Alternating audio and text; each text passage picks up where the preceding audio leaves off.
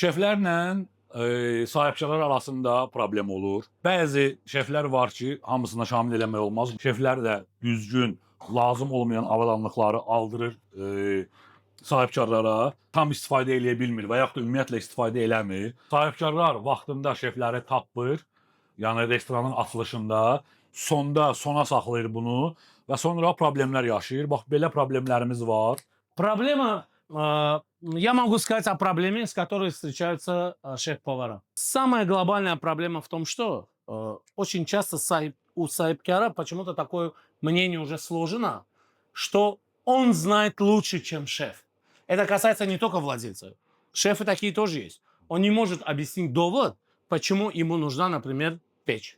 Я в процентном соотношении скажу. Да? Например, если это стоит 100%, это стоит 75%, а это стоит 50%.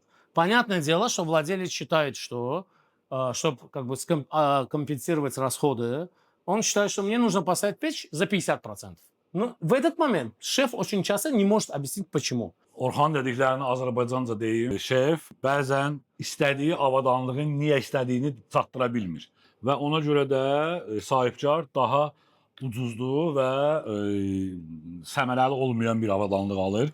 Yəni fikrini düzgün çatdıranda artıq sahibkar da onu anlayır və o avadanlığı almaq istəyir. Bir saat ərzində qabıyan maşın 300 dənə tarelka yiyor. 400 dənə, 500 dənə, 1000 dənə Bunu insan amma eləyə bilməz. Hə, bunu insan eləyə, onu 10 dənə insan eləyə bilər. 10 dənə insan ortalama 650 manat, 6500 manat pul eləyir. Yəni 6500 manat verməkdənsə 2500 manat verin, 3500 manat verin, amma qabıyan maşın qoyun.